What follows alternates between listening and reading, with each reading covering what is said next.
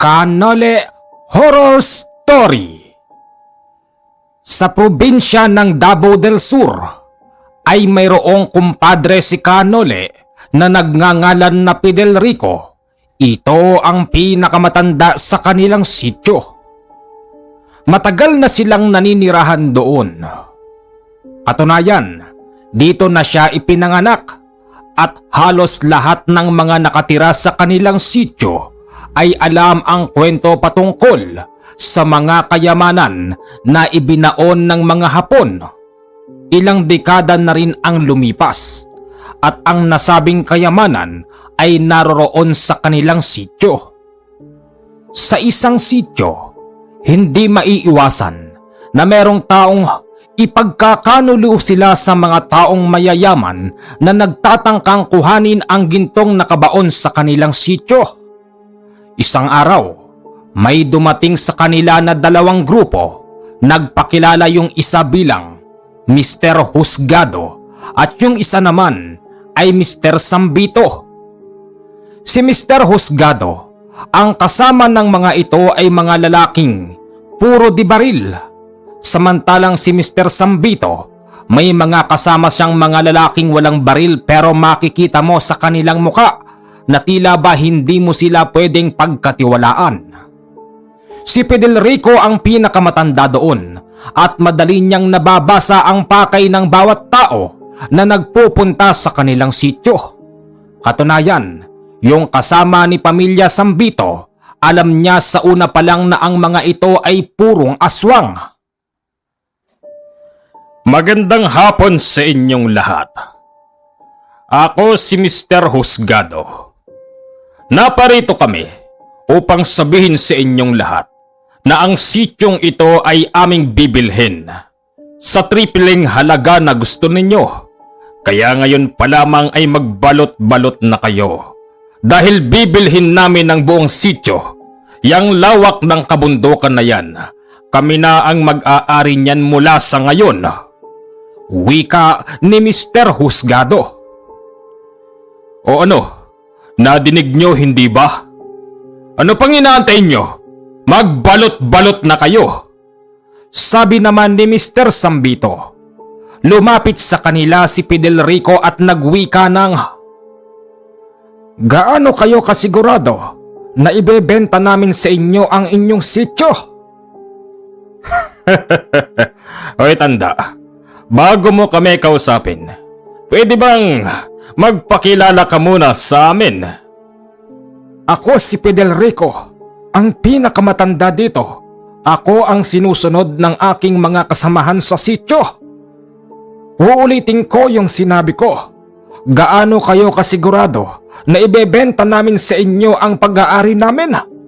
Dito na kami tumanda at pamana ito sa amin ng aming mga ninuno noong araw. Ganun ba? Magkano bang kailangan mo ha, Fidel Rico? Anong sabi mo? Aba, ang hirap naman palang kausap ng matandang to. Bukod sa kuba na bingi pa. Ulitin mo yung sinabi mo, Ginoo. Ang ibig kong sabihin, magkano mo ibinebenta ang sityong ito? Ginoo, hindi ho namin ipinagbebenta ang aming sityo. Sigurado ka dyan, akin na ang pera. Hindi mo ko masisilaw sa pera, Mr. Husgado. Kahit isang bundok na pera pa. Ganun ba? Kumpadre, alam mo nang gagawin sa mga taong ito. Hoy tanda, kung gusto nyong mabuhay pa ang lahat ng mga tao dito, pues makipagtulungan na lang kayo sa amin. Sumunod kayo sa aming kagustuhan kung ayaw nyong. Kung ayaw na ano, Mr. Sambito, bagamat alam ko kung anong klasing mga tao ang mga kasama mo, pero hindi namin yan kinatatakutan. Meron din kaming pantabla laban sa mga ganyan. At ikaw naman, Mr. Husgado, hindi mo kami masisindak sa pamamagitan ng mga naghahaba ang baril ng iyong mga tauhan.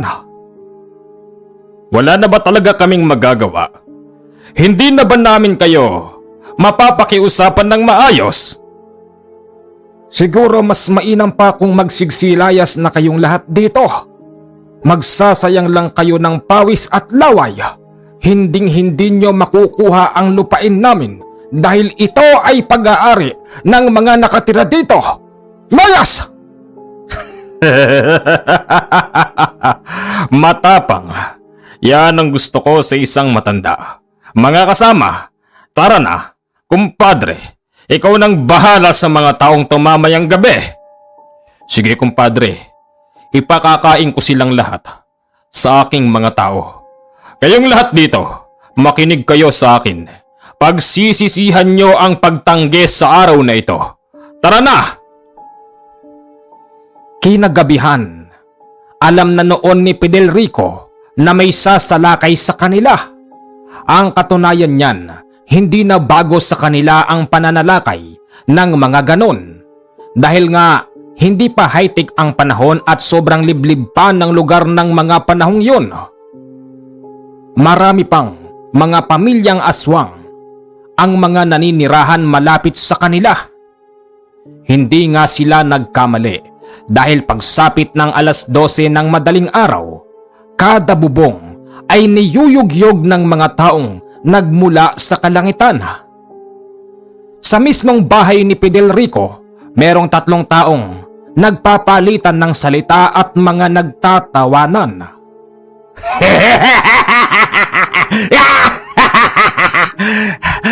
Ito ang unang gabing pananakot namin sa inyo kapag hindi pa kayo nadala. Biglang natahimik ang lalaking nagsasalita sa bubong ng bahay nila Fidel Rico dahil tinarakan niya ito ng sibat. Nalaglag ang taong yun at nang mag-alisan ang kanyang mga kasama, lumabas sila at dito nila nakita yung isang lalaking puno ng langis sa katawan at mga naglalakihan ang mga ipin. At ito ay mayroon pang pakpak na parabang sa paniki. Bitbitin nyo yan. Gagawin nating ebidensya ang taong yan at isusumbong natin sila sa mga kinauukulan. Kinabukasan, nagtungo sila sa kinauukulan pero nang malaman ng mga pulis ang kanilang nirereklamo, tila ba nagbingi-bingihan na lamang ang mga ito. Umalis na lang noon sila Fidel Rico sa istasyon ng mga pulis at sinabing, "Sa aking palagay, ito na ang unang araw na kalbaryo ng ating sityo mga kababaryo. Kailangan nating mag-ingat at kailangan nating humingi ng tulong sa aking kapanalig." Yun ding araw na yun ay nagpadala ng sulat itong si Fidel Rico kay Canole. Makalipas naman noon ang 3 araw ay nakarating na kay Canole ang sulat mula kay Fidel Rico. Bossing! Bossing! Uy, gising ka na pala. Boss, sulat? Kanino galing? Kay Fidel Rico. Sa kaibigan ko pala. Kumpadre, anong nakasulat? Kumpadre, pumunta ka dito. Naiipit na ang buong sityo. Teka, anong ibig sabihin nun? Katahimik ng sityo nila. Boss, parang napaka-importante talaga niyan. Sabi nga sa akin dun sa opisina unahin na daw kita. Kahit na malayo. Ganun ba? Sige na, magkape ka muna. Oo ba? Tama-tama, hindi pa ako nagkakape. Sige, pasok. Kinabukasan ay nagbiyahe na roon si Canole. Pagtungtong pa lamang niya papasok sa baryo ay merong nag-aabang na isang lalaki at meron itong gamit na motor na kung tawagin ay habal-habal. Magandang araw po. Pupunta po ako sa ganitong sityo. Sigurado ka? Pupunta ka sa sityong yun? Oho, bakit ho? Iho, hindi mo ba alam kung gaano kadelikado ang lugar na yun? Ultimong ang mga kapulisyan at militar hindi nagtatangkang pumasok sa sityong yan. Dami niyo naman pong sinasabi, magbabayad naman po ako. Sige, pero hanggang doon lang ako sa bungad. Sige ho. Isinakay si Kanole sa habal-habal. Pagkatapos nun, ibinaba naman siya sa bungad. Ang lalaking naghatid sa kanya ay hindi tumanggap ng bayad na animoy takot na takot. Hoy! Yung bayad ko, ito! Sa'yo na yan. Mag-iingat ka. Anong problema ng taong yun? Nakahakbang lang si Kanole ng kaunti ay nakadinig siya ng mga lalaking nagtatawanan. Nang dahil doon ay napahinto si Kanole at maya-maya pa may mga umalingaw-ngaw na putukan. Ito na siguro yung sinasabi ni kumpadring Fidel Rico. Tunay ngang maiipit ang kanilang sityo. Ang tanong, sino ang mga taong to? Pagkatapos ng pagpapaputok ng baril ng mga taong yun, lumakad na si Kanole at nasalubong niya ang mga lalaking yun. Makikita mong naghahabaan ang kanilang mga tangan, tapos mahahaba din ang kanilang buhok na animoy 1 taon nang hindi pinuputulan. Balbasarado rin ang mga taong yun, tapos mapupula ang mata. Mababatid mong sabog ang mga ito sa pinagbabawal na gamot. Hinarang pa ng mga ito si Kanole dahil ayaw siyang padaanin sa makitid na daan. Ang magkabila naman nun ay kagubatan, kaya't wala siyang ibang pwedeng daanan. Sakop na sakop ng mga kalalakihan ang daanan nang dahil dito nagsalita na si Kanole. Ano bang problema nyo? Makikidaan lang. Wika sa kanila nito, pero pilosopong sumagot yung isa. Kung ako sa'yo, huwag ka nang tumuloy. Bakit naman? Dahil ang sityong pupuntahan mo ay okupado namin. Papatayin namin ang lahat ng mga tao doon. Huwag ka nang tumuloy. Ah, ganun? Di man lang ba kayo natatakot sa mga otoridad? Nang sabihin yon ni Kanole ay nagtawanan pa ang mga kalalakihan. Sambit pa nito sa kanya na takot daw sa kanila ang mga pulis at sundalo. Ganun naman pala eh. Pero bakit yung nag-iisang katulad ko kinukursunada nyo? Sige na, kung meron kayong mga bayag, paraanin nyo ko. At kung mga takot naman kayo, sige putukan nyo ko. Natawa na naman yung iba hanggang sa pinagbigyan na lang nila si Kanole at sinabing, sa susunod na gabi mamamatay ka. Madadamay ka sa mga taong papatayin namin. Wika nito sa kanya. Pinadaan nga si Kanole. Pagkatapos noon ay madali niyang narating ang bahay ng kanyang kumpadre na si Fidel Rico. Kumpadre, nandito na ako. Anong nangyayari? Bakit? Wala man lang yatang katao-tao. Kumpadre, yung ibang mga tao dito ay mga nagsigsilayas na. Ha? Bakit? Siguro'y nadinig mo yung mga putukan kanina dahil yung mga tao ni Mr. Husgado nanggugulo at tinatakot kami dito. Alam mo ba kumpadre, kagabi sumalakay naman ang mga tao ni Mr. Sambito. Iba ang pamamaraan ng taong yun kapag sila ay nananakot. Anong ibig mong sabihin kumpadre? Ang mga tao ni Mr. Sambito ay purong mga aswang. Samantalang si Mr. Husgado, ang mga tao niya ay purong mga dibaril. Silang dalawa ang gustong maghari-harian dito at ariin ang aming sityo. Alam mo namang kumpadre na ang sityo namin ay merong mga nakabaon na ginto at isa ito sa dahilan kung bakit gusto nilang kuning pilit ang aming sityo sa amin. Hindi tayo papayag ng ganun, kumpadre. Talagang hindi, kumpadre. Yan ang dahilan kung bakit ako sumulat sa iyo. Maraming salamat dahil hindi ako napahiya sa iyo, kumpadre. Maaasahan ka talaga. Basta buhay ang pinag-uusapan. Laban ako dyan, kumpadre. Salamat. Maya-maya pa ay may mga nagdatingan na mga kababaihan. Meron silang dala na kakaibang kasuotan na ipapasuot kay Kanole. Tapos meron din silang mga dalang litsyong baboy at marami pang ibang klase ng pagkain. sinuotan si Kanole ng naaayon sa kanilang tradisyon. Oh, ang dami naman nito, kumpadre.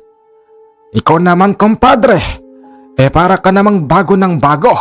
Alam mo naman na ganyan kainit ang pagsalubong sa'yo ng aming sityo. Hindi ba? Oh, oo nga pala. Hi, mabuti naman at nalibot kang muli sa sityo namin. Oo. Matagal na panahon na rin eh. Tsaka, kilala mo ko? Oo naman. Sino ba namang hindi makakakilala sa'yo? Hindi ba ikaw yung kumpadre ni Lolo Federico? Oo. Siya nga pala. Anong pangalan mo? Mirna. Ha? Mirna. Mirna! Oo. Naalala ko na. Ikaw yung... Wag na nga. Bakit di mo sabihin na ako yung dating uhuging dalaga na madalas nakatingin sa iyo noon? Oo eh. Mirna, ngayon pa lang sasabihin ko na sa iyo na bawal akong mag-asawa. Ganon, bakit naman? Huwag ka nang marami pang tanong, Mirna. Sige na, bumalik na kayo doon. At meron pa kaming pag-uusapan. Sige po.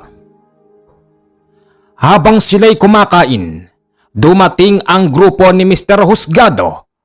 Bigla na lamang itong nagpaputok.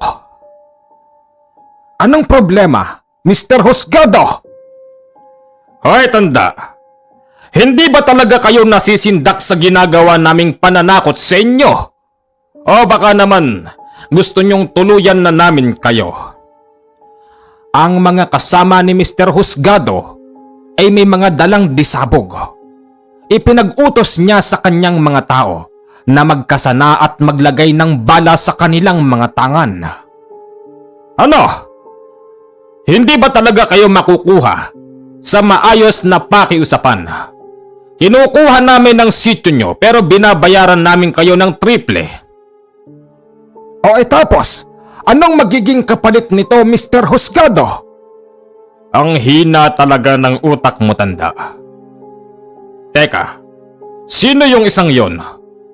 Wala ka naman nang nagtungo kami dito ng nakaraan. Sino ka?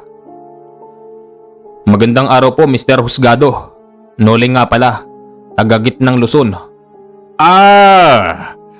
Ikaw yung sinasabi ng aking kanang kamay na nasa lubong nila kanina.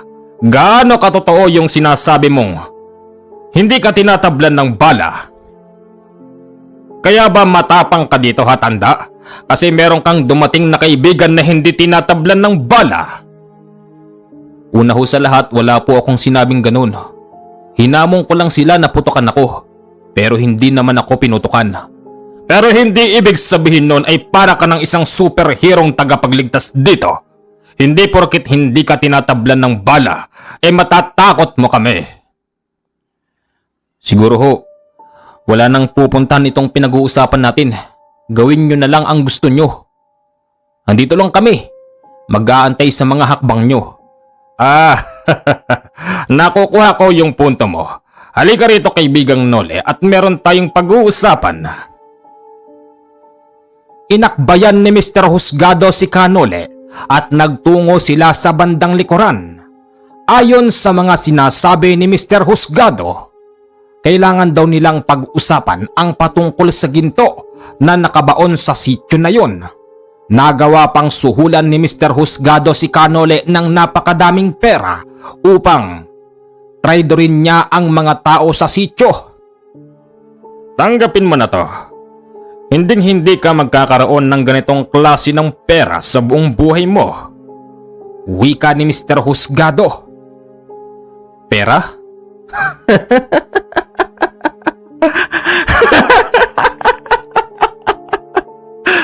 Pera?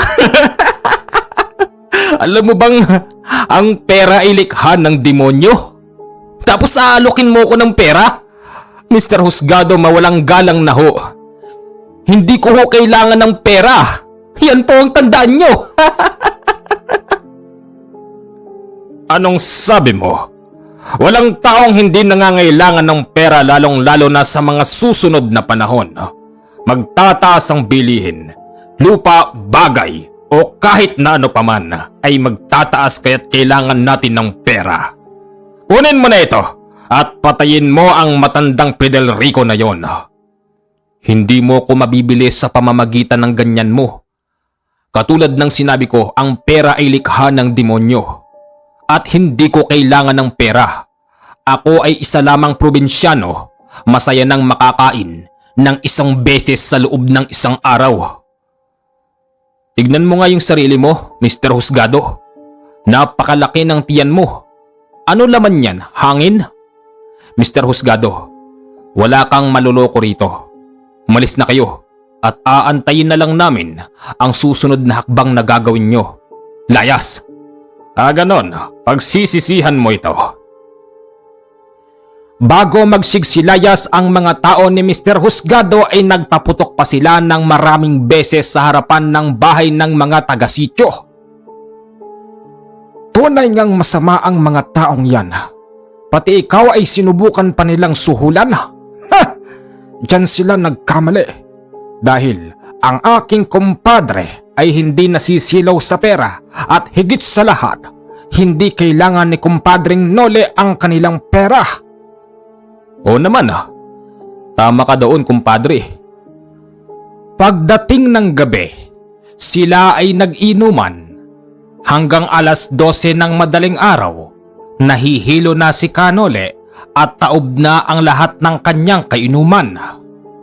Umiihi ito sa likod ng isang malaking puno nang biglang may tumalon mula sa mataas na puno at sumigaw. Yeah! Takbo! Takbo! Anong takbo? Anong... ano yun? Hindi mo ko matatakot. Ganon. Hindi natakot si Kanole doon. Hindi rin naman natakot ang aswang na sumugod sa kanya. Pero hindi niya nahawakan si Kanole dahil nang pagsugod nito ay agad siyang sinakal. Inangat ito ni Kanole tapos nagsisigaw. Gumising kayo! May umaatake! Sigaw ni Kanole at agad na gumising ang mga tao doon. Nakita nilang bit-bit ni Kanole yung isang aswang na may pakpak. Ito na ang simula na talagang pagiging agresibo ng mga tao ni Mr. Sambito. Ganun Tao ka pala ni Sambito. Maniwala kayo o hindi, sa sumunod na ikinilos ni Kanole, natanggal niya yung ulo ng aswang habang ito ay kanyang sakal-sakal. Pagbagsak naman ng katawan nun, tumilapon ang napakabahong dugo ng aswang at itinaas pa ni Kanole ang ulo nito. Alam kong marami pa itong kasama at alam ko na nakikita nyo kami ngayon. Nararamdaman ko kayo sa paligid. Kaya kong gawin sa inyo yan ng maraming beses. Kaya kung ako sa inyo, iparating nyo sa amo nyong si Sambito na wag na siyang magpapapunta ng tao dito dahil ganito ang mangyayari. Ibinato ni Kanole sa mataas na puno yung ulo ng aswang na kanyang pinutol at may tinamaan pa ito doon. O nakita nyo na? Sabi ko na kanina pa yan. Habang nag-iinom tayo, ramdam na ramdam ko na nandyan sila. Kinabukasan, si Mr. Sambito naman at ang kanyang grupo ang mga nagdatingan. Nagwika ito sa kanila ng Magandang umaga. Magandang umaga naman po. Mr. Sambito, Nole nga pala. Taga-Gitnang Luzon, isang probinsyano. Hindi ko tinatanong. Fidel Rico, halika rito. Ano yon, Mr. Sambito? Hindi ko kinukundina ang pagkamatay ng isa kong tao kagabi. Ang gusto kong mangyari, ganito. Mag-usap tayo. Sige. Pagbibigyan kita. Sana'y maging maayos na ang usapan natin at matigil na ang ganito. Fidel Rico, meron lang sana akong ipapakiusap sa'yo. Ano ba yon? Maaari bang kapag nagtungo dito, yung si Husgado at ang kanyang mga tao, pwede bang magpapunta ka ng isa mong tao sa bahay at isuplong mo sa akin? O bakit? Pag nyo sabihing, oo. Hindi na maganda ang relasyon namin. Hindi pa man namin nakukuha ang pakay namin dito. Pero alam mo bang pinagtatalunan na namin yon?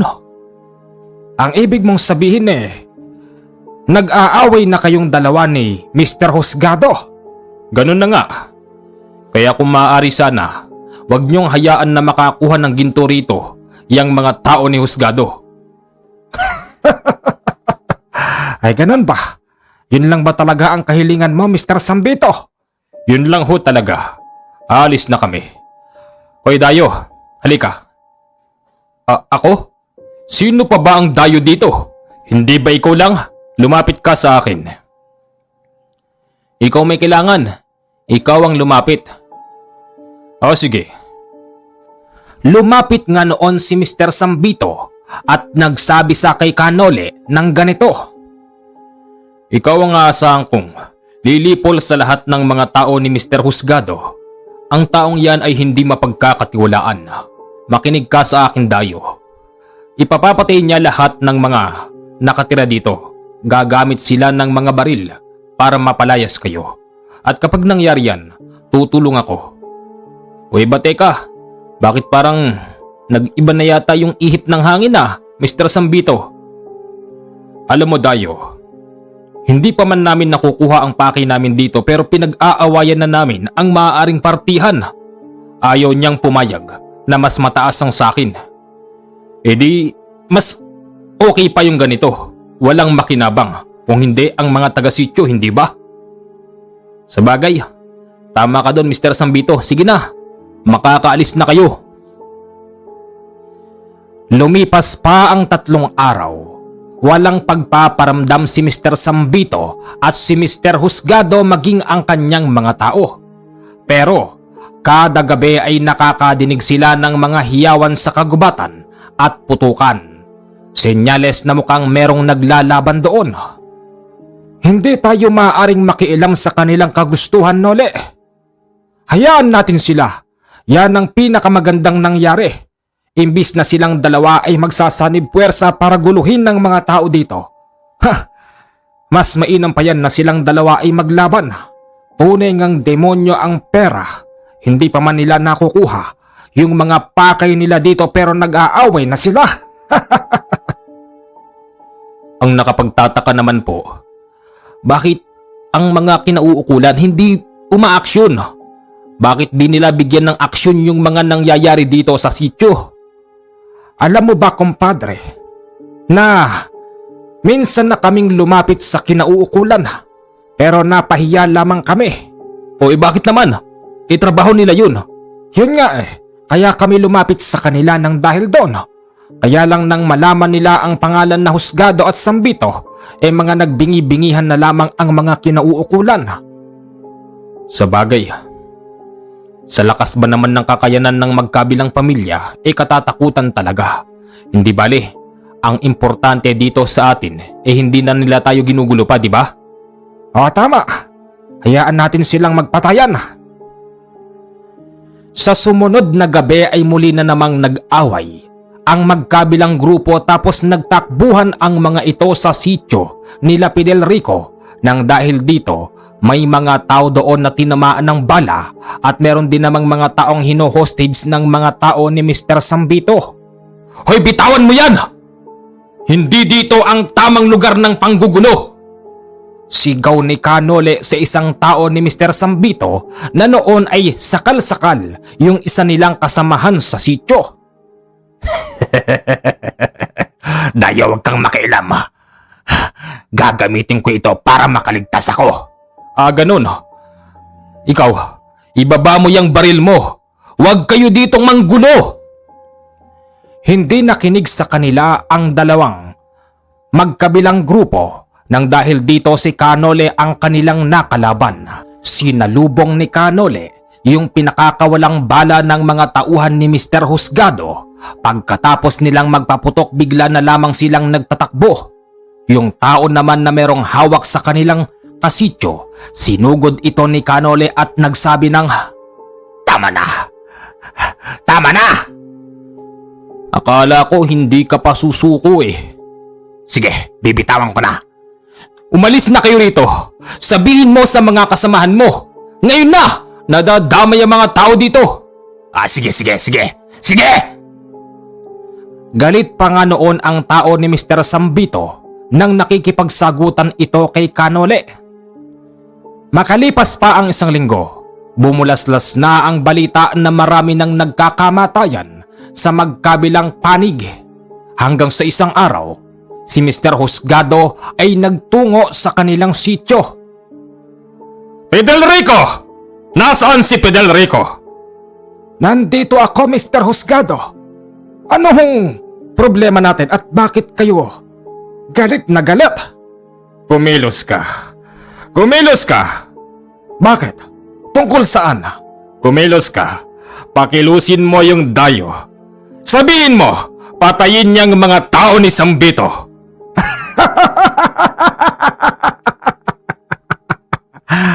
Mr. Husgado, at sino ho kayo para mag-utos sa akin?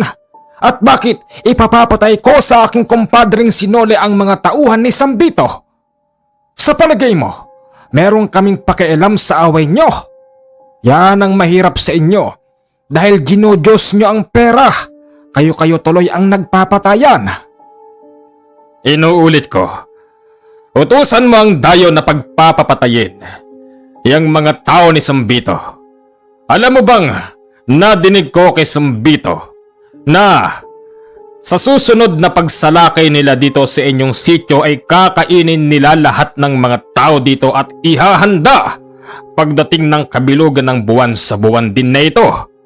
Kaya kung ako sa'yo, kung ayaw mong mangyari ang mga nadinig ko, utusan mo ang dayo, sabihin mong patayin ang mga tao ni Sambito. Ganun ba? Nandyan ka pala, dayo. Nadinig mo ang aming mga pinag-uusapan, hindi ba? Oo. Kung ganun, kumilos ka. Kumilos ka! Mr. Husgado, akala ko ba makapangyarihan ng pamilya mo? Hindi ba walang sumbungan sa pulis? Walang sumbungan sa mga militar? At higit sa lahat, dapat hindi ka nagsusumbong sa akin. Problema mo yan. Ayusin mo. Wag mo kaming idamay. Ganon. Matigas din pala ang ulo ng dayong to. Ito ang tandaan mo. Sa oras na hindi ka sumunod sa kagustuhan ko, ipapapatay ko ang pamilya mo. Ano? Ulitin mo nga yung sinabi mo, Mr. Husgado. Ipapapatay ko ang pamilya mo. Malawak ang aking koneksyon. Malalaman at malalaman ko kung saan ba sila nakatira. Ganun ba?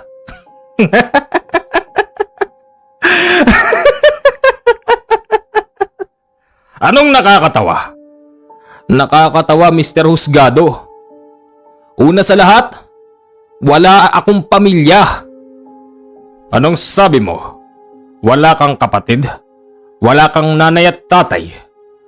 Oo, noon meron akong nanay at tatay. Lahat naman tayo isinilang na merong nanay at tatay. Hindi tayo mabubuo kung wala tayong nanay at tatay. Pero lilinawin ko sa iyo, sa panahon na to, wala na akong nanay at tatay at wala rin akong kapatid. Sino ngayon ang ipapapatay mo? Tsaka isa pa, Mr. Husgado. Kahit gaano pa kalawak ang koneksyon mo, hindi mo ko mahahanap. Iyan ang tandaan mo. Sige, tignan natin. Sa sumunod na gabi, mga tao naman ni Mr. Sambito ang nagtungo sa kanila. Ipinababatid ng aming boss na dapat na kayong magsigsilayas dito dahil bukas na bukas, titibagin na namin ang bundok na yan at kukunin namin ang gintong iniwan ng mga Hapon. Matapang na wika ng isang tao ni Mr. Sambito. Ganun ba? Pakiparating mo din sa boss mong si Sambito na wag niya nang ituloy. At bakit? At bakit? Kasi nga hindi ito kanya. Talagang napupuno na din ako. Ano bang gusto mo? Tapang mo ah. Kanina ka pa nagsisisigaw dito. Ikaw nga pala yung dayo. Ikinukwento sa akin ng aking tao na hindi ka daw tinatablan ng bala. Sinalubong mo raw yung mga bala ng tao ni Husgado. Totoo ba? Oo, sabihin na nating totoo. Kaya nga kayo, magsigsilayas na hanggat nakikilala ko pa kayo. Naglayasan ang mga ito. Ang sumunod na strategy noon ni Mr. Sambito ay nagsama ito ng mga taong titibag sa bundok.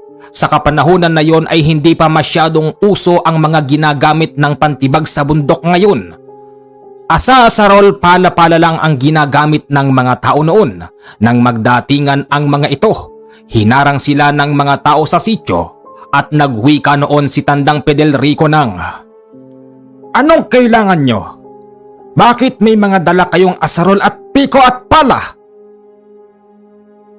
Kami po ay napag-utusan dito ni Mr. Sambito na ang kanyang nasasakupang lupa ay dapat nang tibagin upang tayuan ng malaking bahay. Wika ng isa. Ganun ba? Asa ng permiso na nanggaling sa sheriff, sa korte, sa mababang kapulungan? Ipakita mo. Hindi na ho kailangan yun. At bakit hindi? Hindi na ho kailangan ang mga ganon dahil ito ay pag-aari ni Mr. Sambito. Maya-maya pa, nagdatingan naman ang mga tao ni Mr. Husgado at kasama pa siya. Anong ginagawa nyo rito mga hampas lupa kayo? Sinong nagpadala sa inyo dito? Mr. Husgado, pinapunta kami rito ng aming boss upang tibagin na ang bundok na kanyang pag-aari.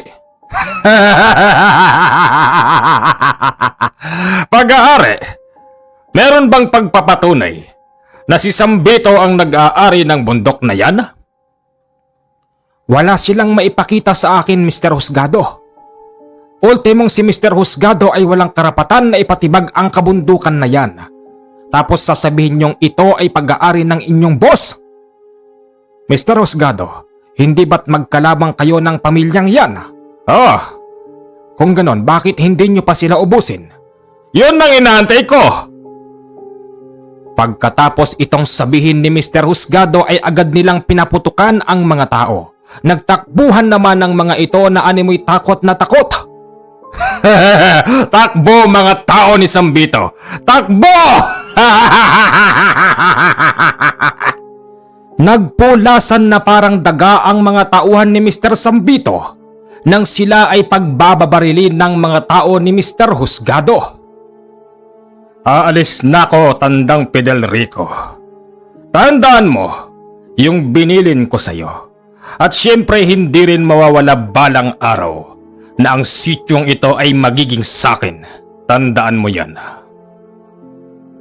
Pag-alis nila, tumanim sa isip ng matandang Pedelrico ang sinabi ni Mr. Husgado, kaya't kinausap niya ng masinsinan si Canole.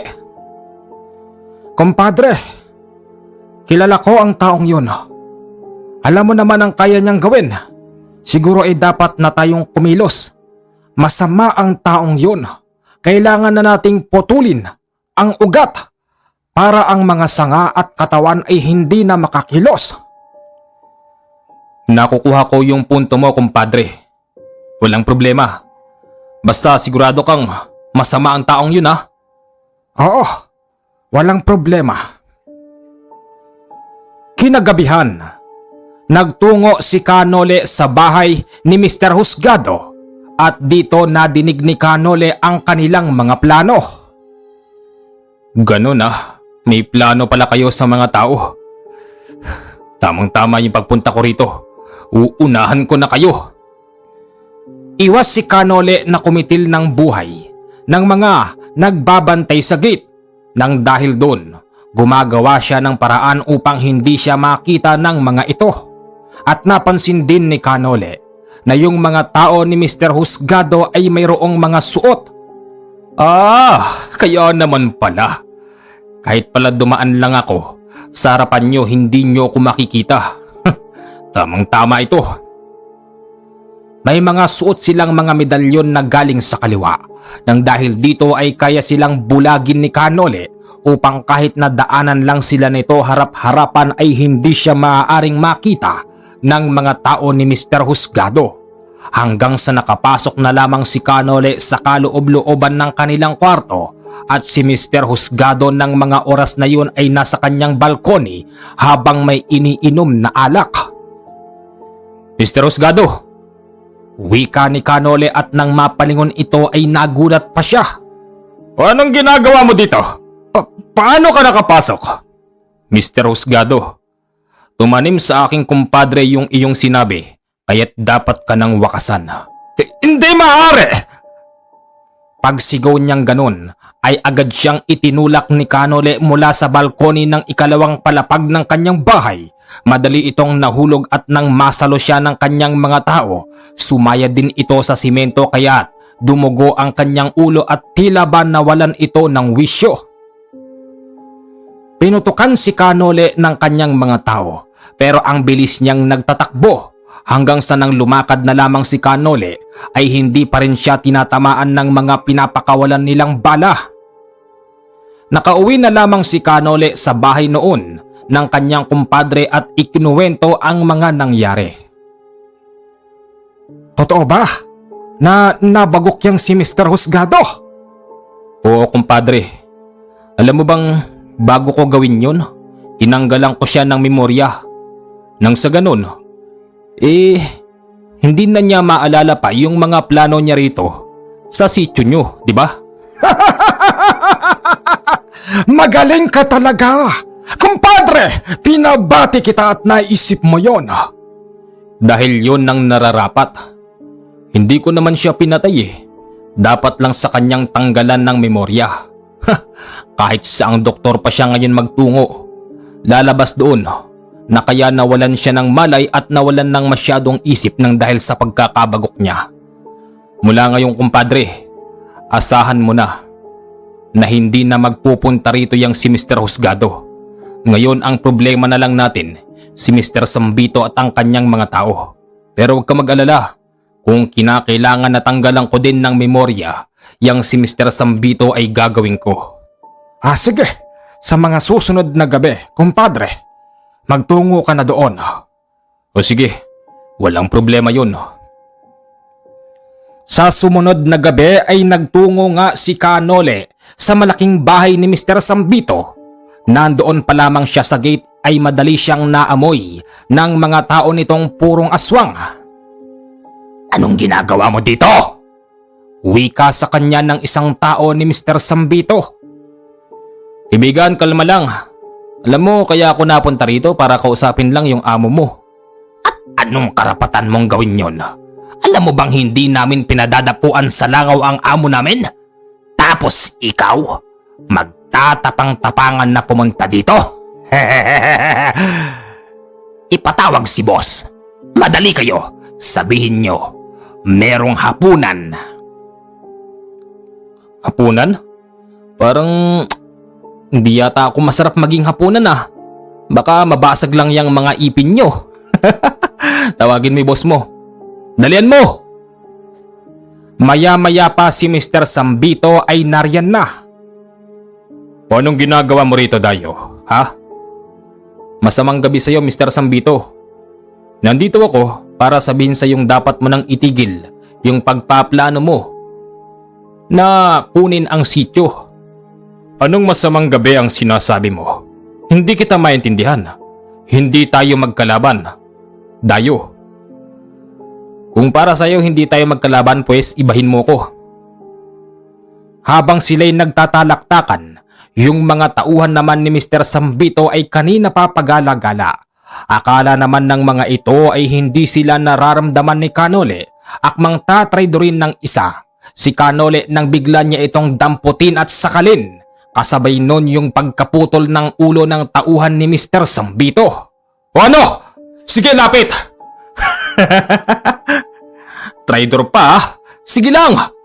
Nakita nyo yung nangyari? Putol agad ang ulo sa pamamagitan ng aking mga kamay. Lapit! Mr. Sambito, sabi ko ni, Traitor kang tao ka. Kung si Mr. Husgado ay nagawa ko pang buhayin, pues ikaw hindi na kita bubuhayin pa. Anong ibig mong sabihin? Si Husgado ay muntik mo nang patayin? Ganun ba? Oo, muntik ko na siyang patayin. Pero sa nakikita ko mas masama ka kesa sa kanya. Nang dahil doon hindi ko siya pinatay. Tinanggalan ko lang siya ng memorya nang makalimutan niya na ang sityo ng aking kumpadre. Pero ikaw hahatulan na kita. Papatayin kita ngayon, Mr. Sambito.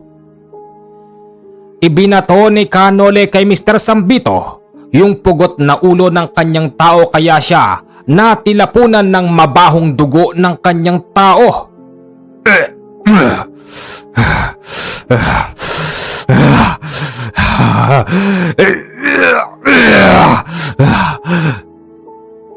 Gumaganon si Mr. Sambito at dito napagtanto ni Canole na si Mr. Sambito ay isa palang mataas na uri ng aswang. Mukhang umaayon sa akin ng pagkakataon. Imbis na magkakaroon sana ako ng kaunting awa, pero nawawala Aswang ka rin pala, Mr. Sambito. Sige na, bibigyan kita ng oras. Baguhin mo yung anyo mo. Ayos lang sa akin, tsaka mo ko labanan. Kapag naputol ko na yung ugat, naniniwala ako na yung mga sanga yung katawan wala na yan. Hindi na yan lalaban, di ba? Makalipas ang 5 minuto ay tuluyan nang nakapagpalit ng anyo si Mr. Sambito at wala nang sali-salita ay kanyang sinalakay si Canole. Pero hindi ito ganon kadali na hulihin. Hindi lang si Mr. Sambito ang humuli sa kanya. Maging ang mga tao nito na patraidor kung kumana ay sinasalakay si Canole. May nanggagaling sa itaas sa ibaba at kung saan-saan. Daya nyo Pinapagod nyo ako. Gusto nyo talaga ng sabay-sabay? O sige, tignan natin. Muli nilang sinugod si Canole. Pero sa pagkakataon na yun, iba't ibang klase ng palaso ang tumama sa kanila dahil ang mga kasamahan nila sa sityo ay mga nagsigsisugod. Pinagpapana nila ang mga tauhan ni Mr. Sambito. Sino kayo? Anong ginagawa niyo dito? Malaking tinig mula kay Mr. Sambito. Mr. Sambito, pinagtutulungan niyo ang aking kumpadre. Nang dahil dyan hindi kami makapapayag. Sugurin sila. Sinugod nga ng mga ito ang mga kasamahan ni Canole pero hindi sila makalapit dahil sa tuwing tatamaan sila ng palaso ay mga nasusunog ang kanilang katawan. Mr. Sambito, heto na ang ganti namin sa pananalakay nyo sa aming sityo.